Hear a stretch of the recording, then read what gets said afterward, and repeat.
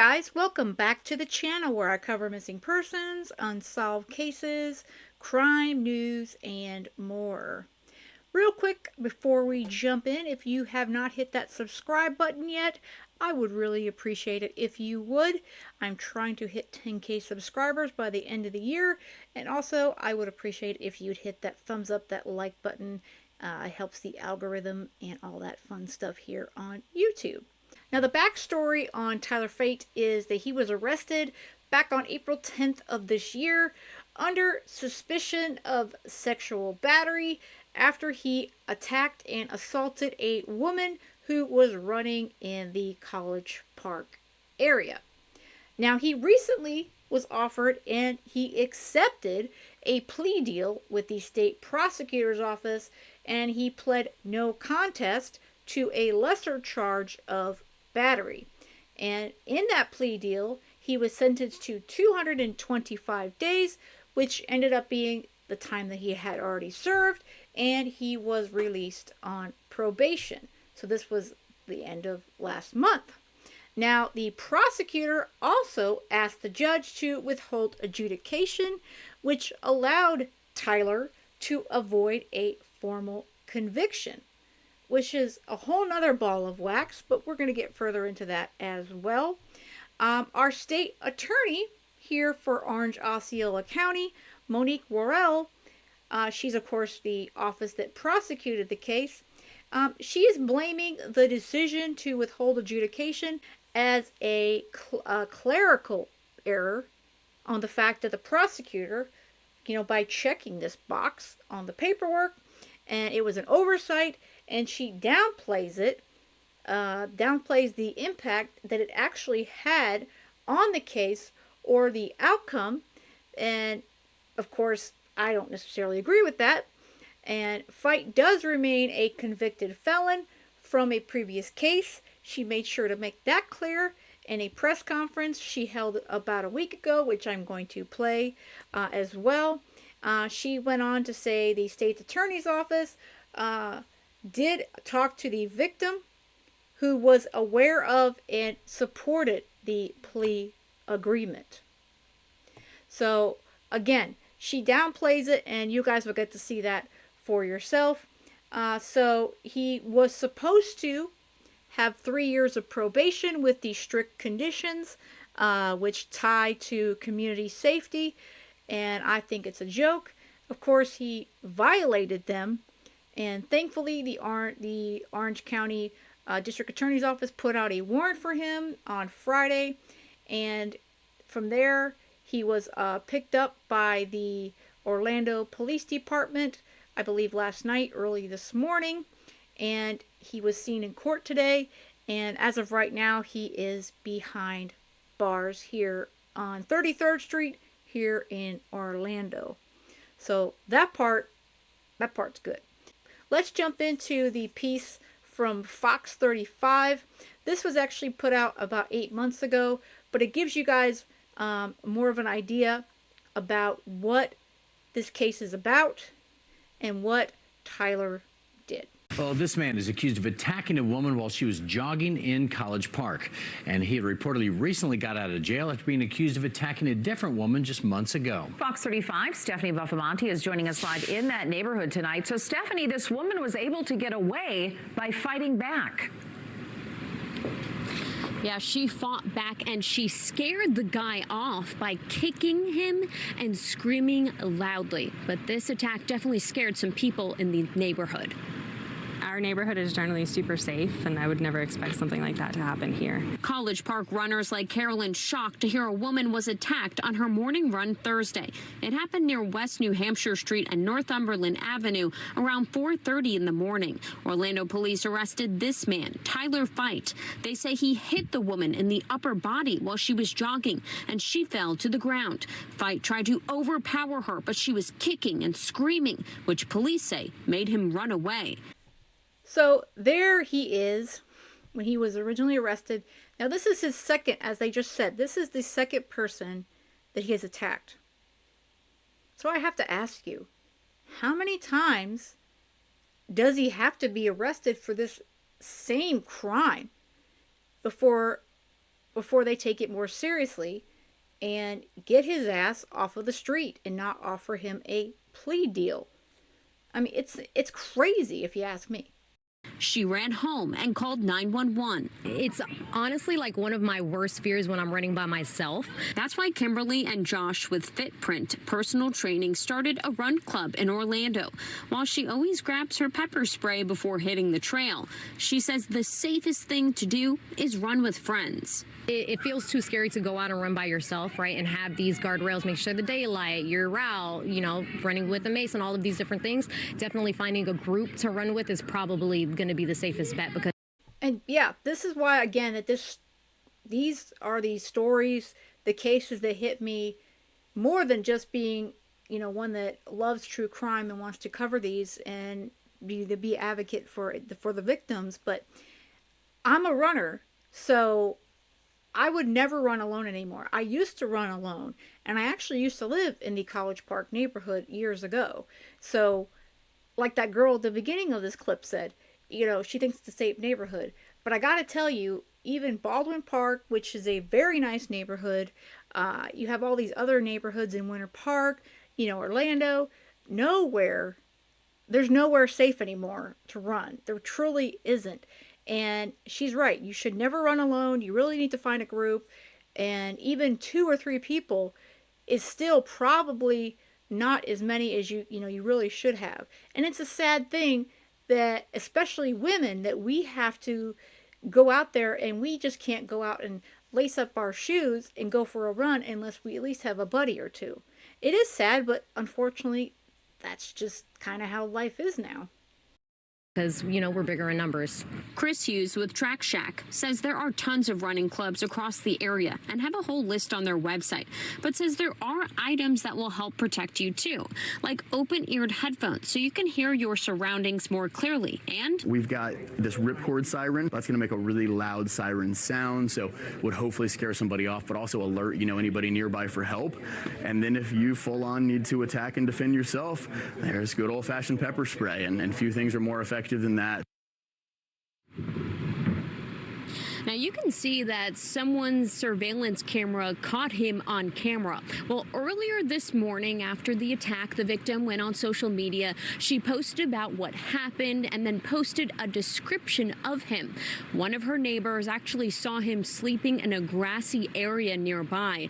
That neighbor called 911. Police detained him. The victim positively ID'd him, and that is what led up to his arrest. And get this, police say he just got out of jail 2 months ago for battery on another woman.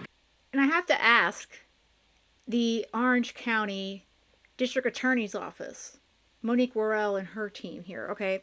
I have to ask you, Monique, why is it that he got out 2 months before this second attack in April, okay?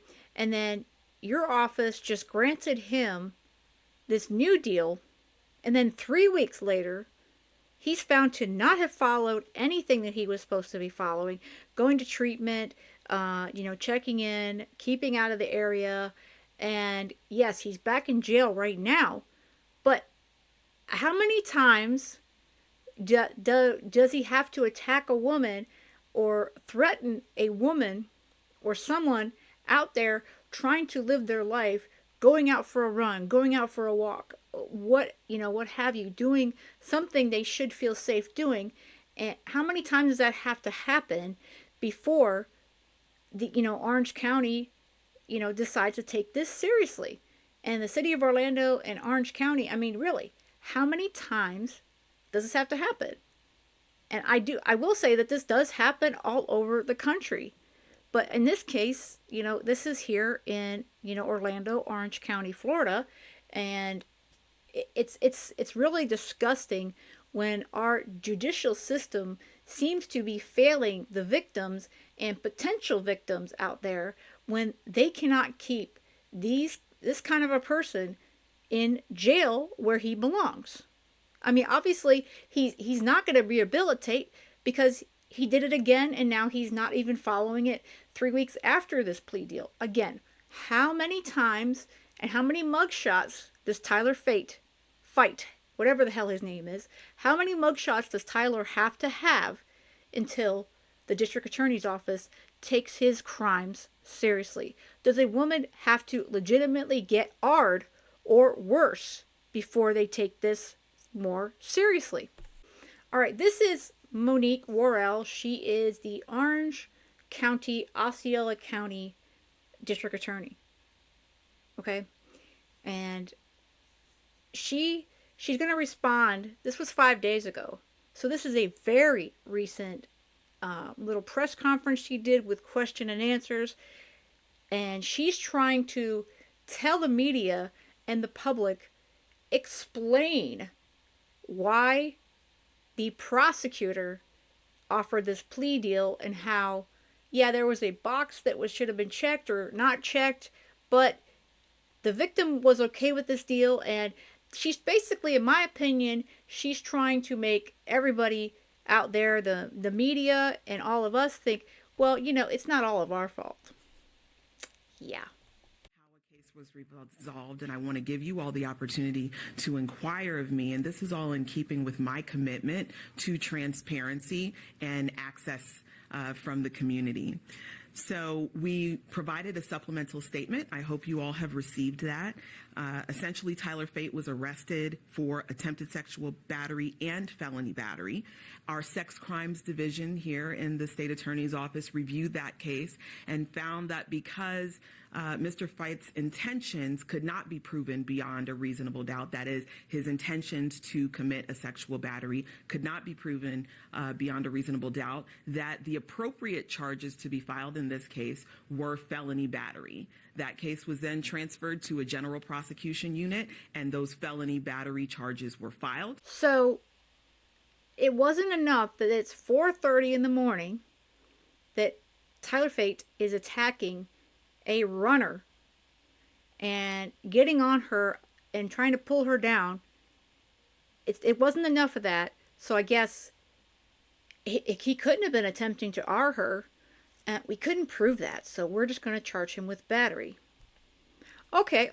Let's say we're okay with that. But this plea deal? Really?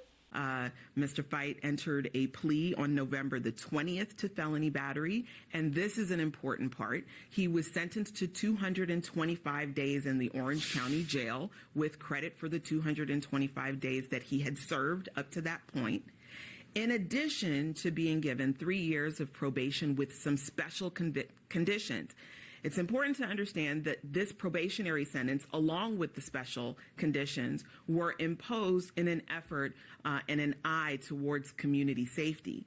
Those special conditions were that he complete a psychosexual evaluation and any recommended treatment after that evaluation, that he, of course, have no contact with the victim, that he not return within a 3-block radius of the incident.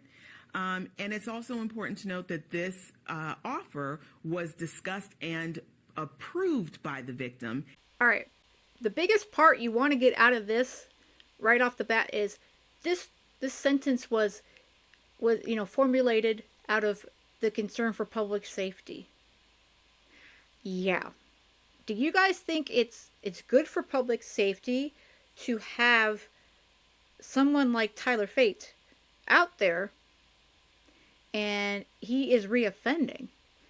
Because again, her office is well aware that he did this, and it was 2 months later that he did this crime in April of this year. So he was already in jail for attacking another woman.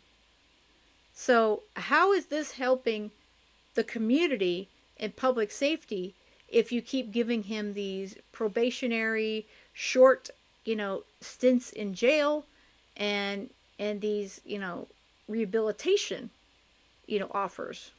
Now obviously he didn't follow any of this, which is how he got rearrested this week. But I have to wonder, is she going to change her tune now that he had to get rearrested, because he basically told her and the district attorney's office, screw you, I'm not doing any of that.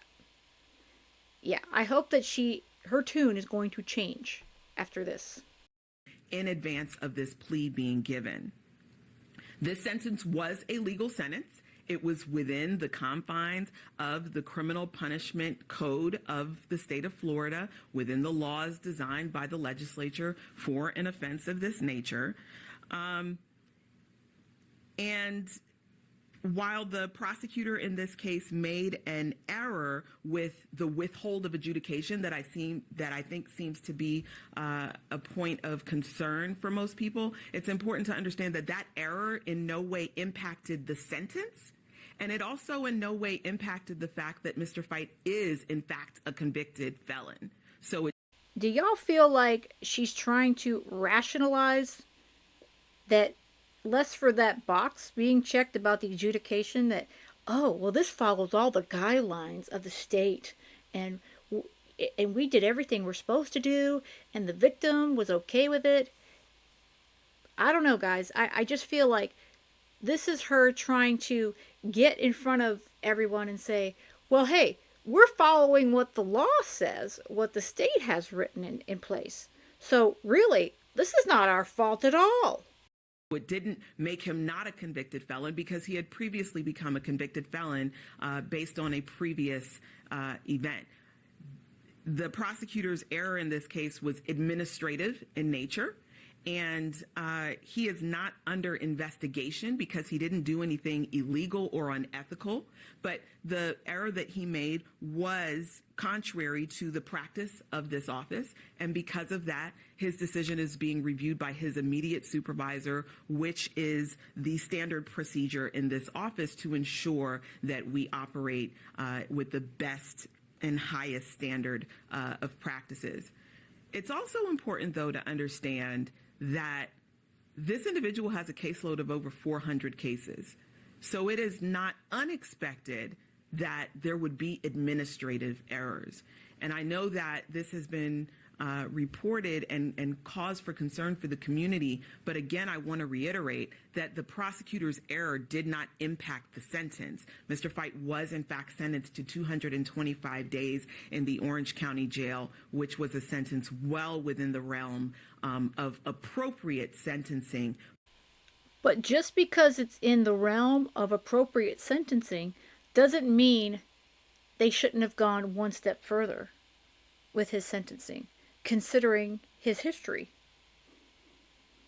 So she doesn't deal with that part. Just because they said, oh, well, this is within these guidelines between A and B, but you know what? We could go to C, but we're not going to do that because, well, we told the victim that this is what we're going to offer him, and she said, okay. The question is, did she just say okay because they sounded convincing? And did she know all about Tyler's past? You gotta wonder.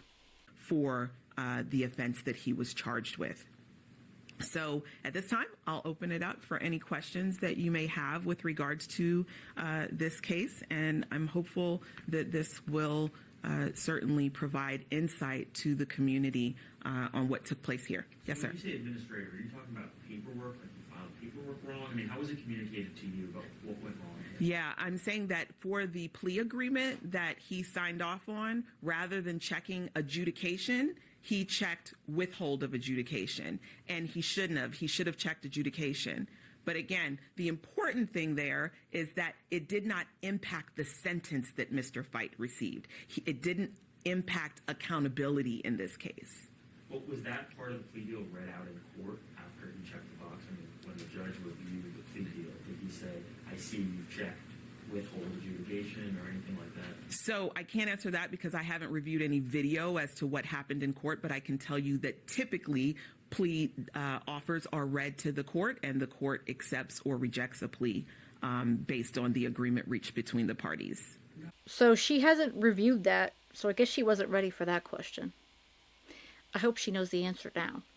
But what about the judge? I don't know the judge that approved the plea deal either. I haven't looked into that. But this is just another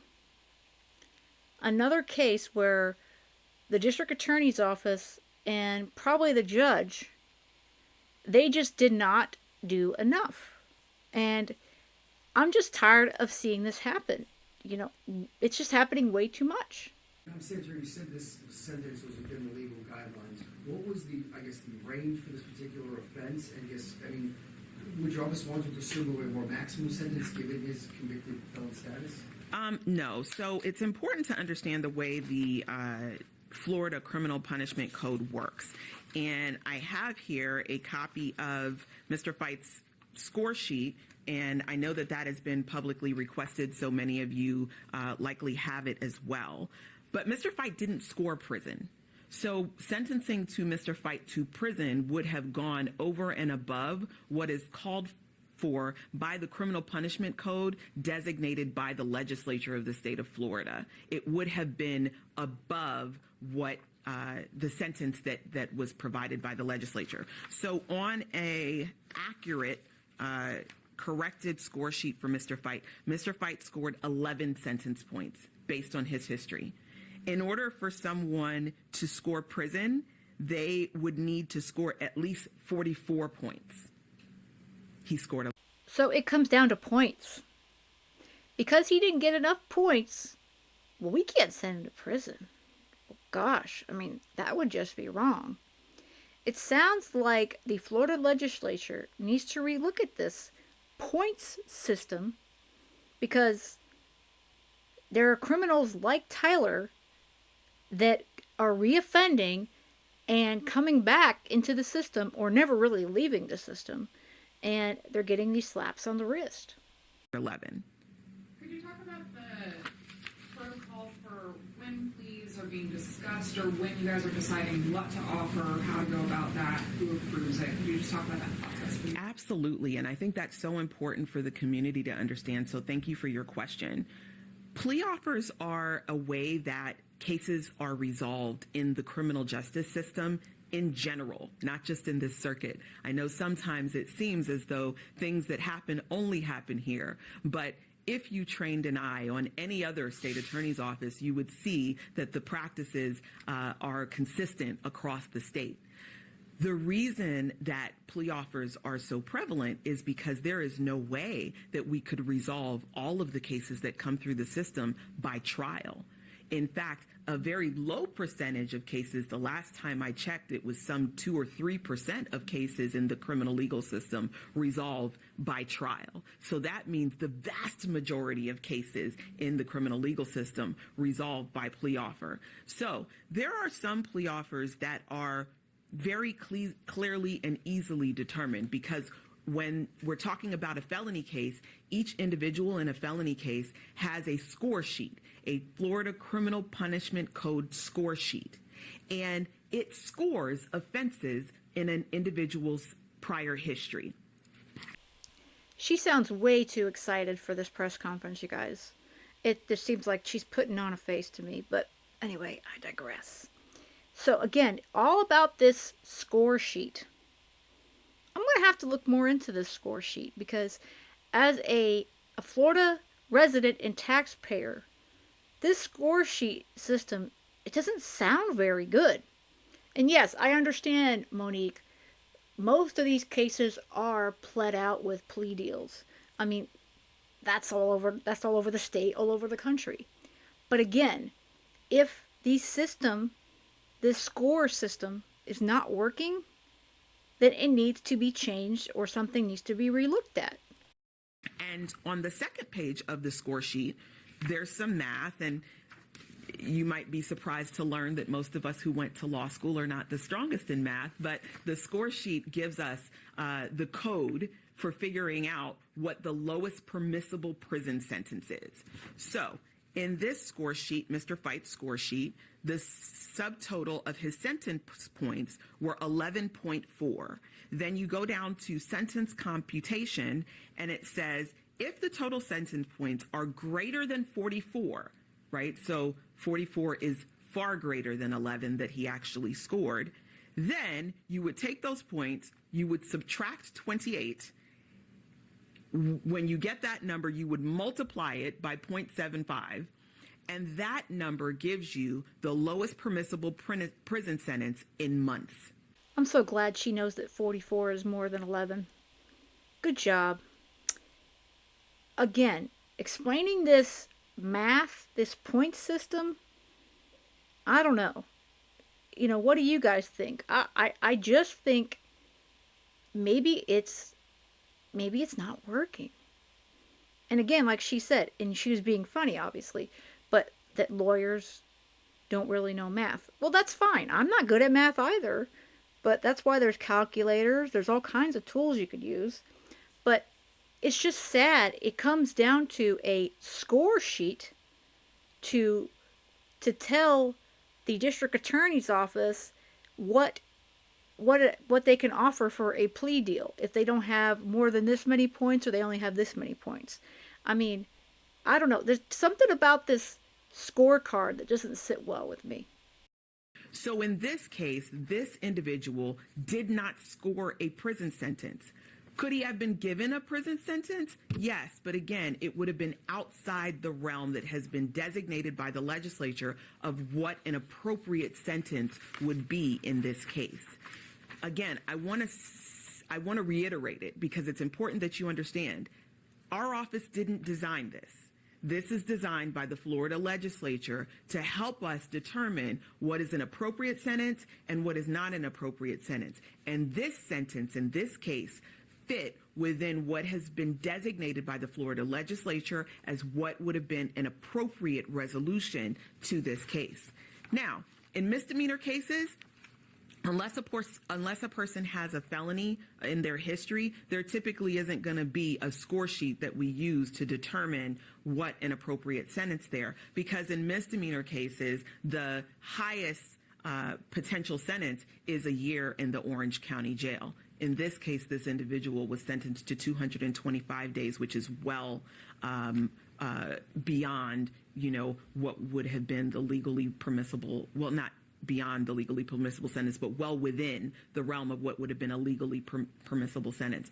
With regards to who approves it, the attorneys make their own negotiated plea agreements. They only need approval if they are going to go outside what is the realm of an appropriate sentence as stated by the criminal punishment score sheet.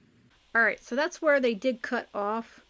And again, it got technical with this score sheet garbage that, I don't know, I feel like our governor, Mr. Ron DeSantis, needs to relook into this whole system.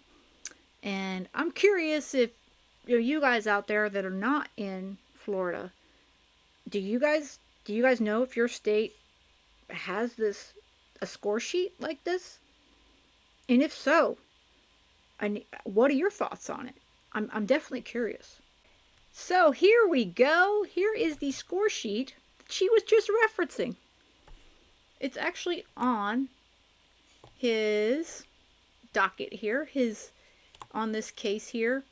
This is the current case that is still open for all of his battery and attempted sexual battery. And again, it's right here from 11/20/2025.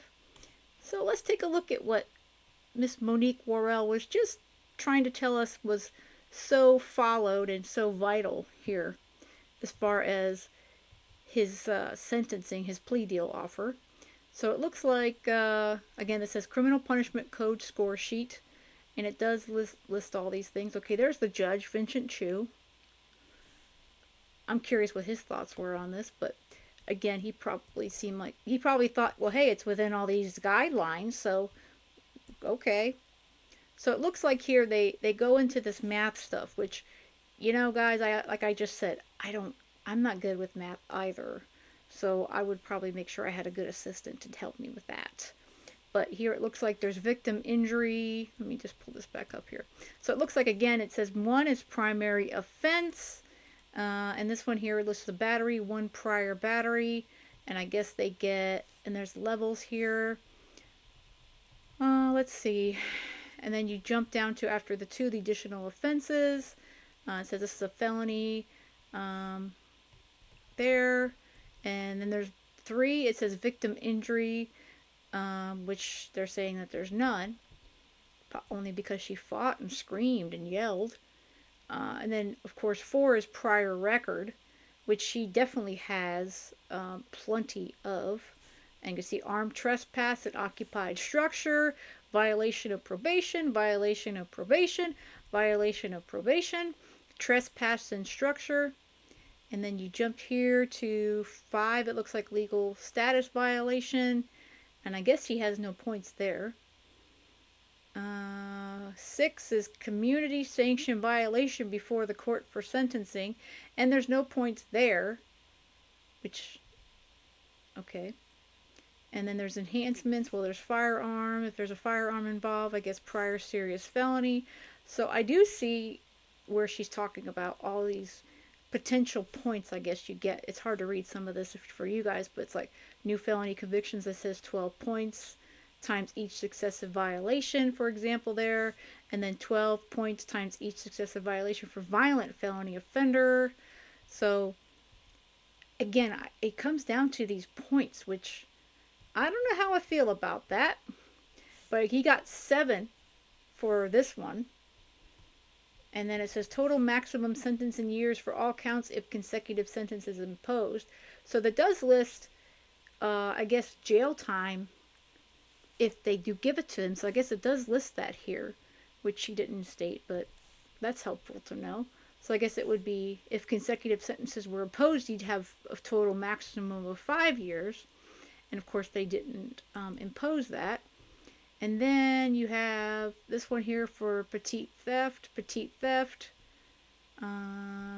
This is not filled out. There's reasons for departure, mitigating circumstances. And obviously they list all this other stuff here. Let's see. And that's the end of that. So, I don't know where she got the 11 from. I don't see 11. Let me come back up here because I only see 7. I see a 7 sentencing points here. So I'm not sure where she got the 11 from, unless I'm missing something. 7, 8, 9, 10, 8, 9, 10, 11. Maybe that's 11. Because you have 7, there's total sentencing points, and then up here, but that's 3. So again, I don't really completely comprehend. There's 4 points, hang on, 4 points here, plus 3, that's 7. So where do we get the 11 from? I don't see where we get the 11 from. You guys tell me if I'm missing something here. I don't see it. I don't see 11 on here. Let me see if there's another document, because this one is only showing 7 points. Total sentence points is 7. See if there's another one. Sentence guidelines score sheet. And that's the only one I see. So I don't see 11 on there. Like I said, unless I'm missing something. And I will admit, math has never been my strong suit at all. So, again, I don't, I can add. But, adding is pretty simplistic, right? 1 plus 1 equals 2. So, but again, I don't see it on there. But I don't know. I just don't like this score sheet whole situation. I think it's garbage, and I gotta wonder, how, it comes down to numbers, and it's like, okay, well, you only have 11 points, so you gotta have more like 44 before we even consider putting you behind bars for any serious time. I mean, really? I don't know. I guess I did not realize that they were using this score sheet. I don't know if you guys realized it, if they're using it in your state, but I think it's something that we all should be aware of, for sure. So I don't agree with anything pretty much that, Orange County, Osceola County did, the district attorney's office, regarding this offender here on the screen. Again, he's got, all these other charges here, and he's reoffending.